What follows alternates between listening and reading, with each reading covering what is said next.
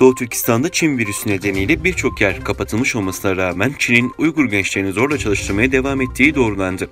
Çin kaynaklı sosyal medyadan alınan video görüntüleri Doğu Türkistan'ın Hotan şehrinde bulunan iplik fabrikasında köle olarak çalıştırılan ve aynı iş üniforması giyen genç Uygur kız ve erkekler gösterildi. Daha önce Çin'in zorunlu işçiliğini ortaya çıkaran Çinli bir adam bu tür fabrikalardaki işçilerin çoğunun toplama kamplarından getirildiğini, bunların günde 13 saat çalıştırıldığını, ayda 500 yen veya daha altı bir ücrete çalışmaya mecbur edildiğini, bazılarının toplama kamplarından belli bir zaman bedava çalışma şartıyla salıverilen tutsaklar olduğunu ortaya çıkardı. Çinli makamlar Doğu Türkistan'da toplama kampı siyasetinin ardından zorunlu çalıştırma politikası izliyor.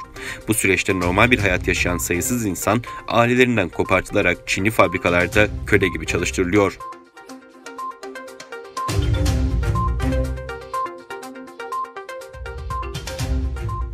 Dışişleri Bakanı Mevlüt Çavuşoğlu 27 Kasım'da Nijerya'nın başkenti Niamey'de düzenlenen İslam İşbirliği Teşkilatı Dışişleri Bakanları toplantısında yaptığı konuşmasında Uygurlardan bahsetti. Çavuşoğlu Uygurlar hakkında belirli bir öneride bulunmadı. Ancak Uygurlar da dahil olmak üzere Müslümanların temel hak ve özgürlükleri için konuşmaları gerektiğini söyledi. İslam İşbirliği Teşkilatı'nın Uygur meselesindeki sessizliği veya Çin'e verdiği destekten dolayı ikiyüzlü olmakla eleştirilmişti.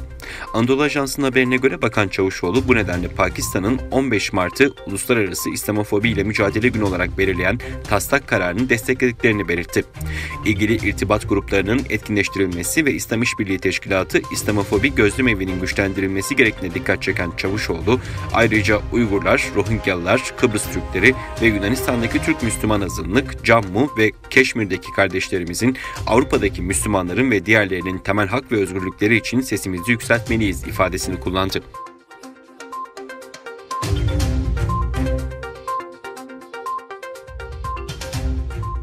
Avrupa Yahudi basını 26 Kasım'da Avrupa'yı Çin'in Uygurlara yönelik baskısına karşı harekete geçmeye çağıran bir makale yayınladı.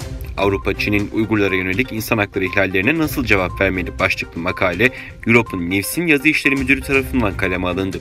Makale, Avrupa'nın Çin'in Doğu Türkistan'ı soruşturma teklifini kabul etmesi, insan hakları ihlallerinden sorumlu Çinli yetkililere yaptırım uygulaması, aynı zamanda Uluslararası Ceza Mahkemesi'ne müracaat etmesi gerektiğini savunuyor. Yazı işleri müdürü, Belçika Yeşiller Partisi Milletvekili Samuel Kagoletti'nin ciddi şekilde endişelendiğimizi söylemek yeterli değil ve somut önlemlerin alınması gerektiği açıklamasına değindi. Yazı işleri müdürü Samuel Kagoletti'nin Doğu Türkistan'daki köle işçiliğinden yararlanan Çin kurumlarını ve şirketlerini kara listeye aldığını ve Çin'in Uluslararası Ceza Mahkemesi üyesi olmamasına rağmen konuyu Uluslararası Ceza Mahkemesi'ne götüreceğini vurguladı.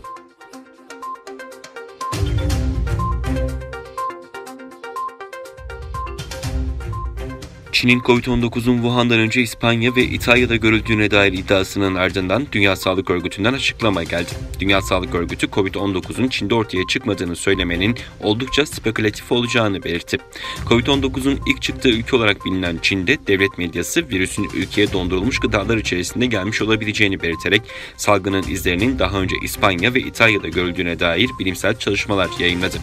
İktidardaki Komünist Parti'nin yayın organlarından People's Daily gazetesinde çıkan bir haberde de Covid-19 salgını Çin merkezindeki Wuhan şehrinde başlamadı.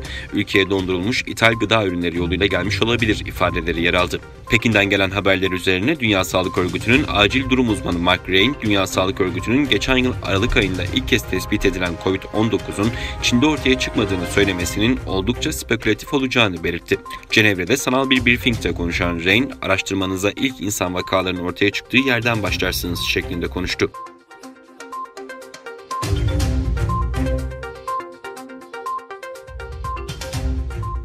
İran'ın başkenti Tahran'da uğradığı suikast sonucu öldürülen nükleer bilimci Muhsin Fahrizade'nin öldürülmesinden İsrail sorumlu tutuldu. İranlı yetkililer tarafından yapılan açıklamalarda Savunma Bakanlığı Araştırma ve İnovasyon Kurumu Başkanı olarak da görev yapan nükleer fizikçi Fahrizade'ye düzenlenen suikastin faili olarak Tel Aviv yönetimi gösterildi. İsrailli kaynaklar Mossad'ın 2018 yılında Tahran'daki atom reaktörlerinden sorumlu Muhsin Fahrizade'ye suikast girişiminde bulunduğunu ancak başarılı olamadığını duyurmuştu.